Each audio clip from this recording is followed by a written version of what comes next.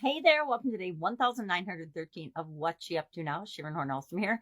We're talking about being at one with nature. That's my little fuzzy bunny. Not really natural, but as close as I could get. I guess I have a little plastic bird too. There's not much nature in my house right now.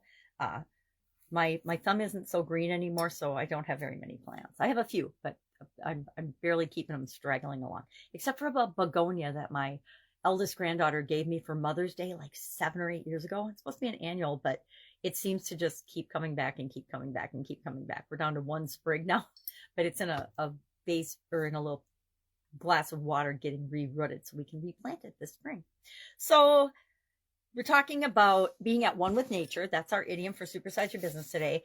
That's along the theme of spiritual well-being, spiritual health, spiritual goals, which ties into this year's annual challenge. This year's annual challenge is it's the Get Your Goals annual challenge. We're doing one thing every day to get what we want. People in the challenge to get what they want, me to get what I want, because I want to focus on my goals. I want to achieve my goals. Otherwise, why would I bother setting them if I didn't want to work toward actually getting them? So we're talking about that. And this month we're focusing on spiritual well-being and spiritual health. To be at one with nature it ties into our spirituality as humans, because spirituality is about being connected to something bigger than ourselves. And what's bigger than ourselves on this planet than nature? And so we talked about that and how do we do that as we're building and growing and supersizing our business. And there's a lot of ways to do that. It's really fun to take the challenge and then apply it to an idiom or an expression that's business related, because they don't seem like they fit together, but it just takes a little bit of thought. And I like to do it because it challenges me to look at things differently, to look at situations and how I can apply things that aren't normally thought about when we're dealing with our businesses that can have a huge impact.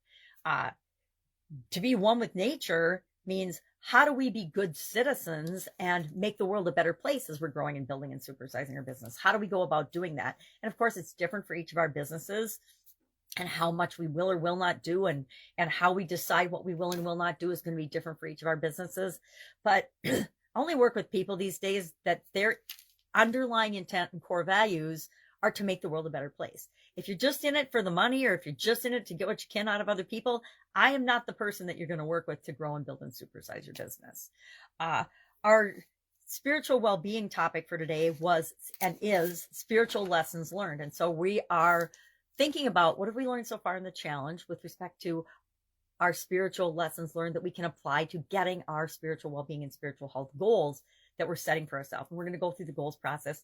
What's the date today? The 20th. So in a couple of days, we're going to start going through, because it's 7 days, and we're doing the last 7 days of each month to focus on the goal process and the goal framework that we identified in January. We're going to use that for each of the different life framework areas. We've done emotional in February, mental well-being, mental health, and mental topics last month. And then this month we're focusing on spirituality, spiritual topics, our connection to things other than ourselves, right? Outside of ourselves, bigger than ourselves, or however you choose to define your spiritual growth, spiritual ideas, and spiritual goals. We're going to go through that process specifically with our spiritual goals in mind, so that we can practice it, make it our own, tweak it a little bit to make it our own, and then use it and apply it going forward as much as we want. And knowing that, okay, this worked really well this time. What did I learn from that? I'm going to tweak it a little bit to make it work more efficiently and effectively for me. So I shared 8 of the different lessons that I've learned about spirituality. And I've learned a lot of lessons about spirituality, especially since my sudden cardiac arrest when I was 50.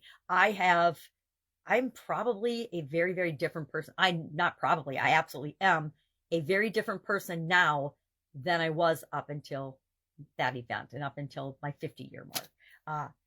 And I like to think in a much more positive, good way. I'm definitely much more comfortable with myself, being myself, showing up, and not apologizing for who I am and what's right for me versus what other people think I should do. I kind of gave up the shoulds in 2010, and I'm glad that I did that. So I shared some lessons learned. Our action item today is just to think about your spiritual well-being and spiritual growth and spiritual health, and your goals in that area, and a lesson that you've learned so far, maybe from the challenge, maybe from other areas of aspects of your life, maybe from a group, maybe from reading, etc., so that we can learn from one another. That's all I've got today. If I can help you anyway, ask. supposed to be going to a trade show today, which I think I'm going to pass on for a lot of reasons. But if I can help you, I will be around. So just hit me up. Have a great day. And I'll, of course, be with you tomorrow.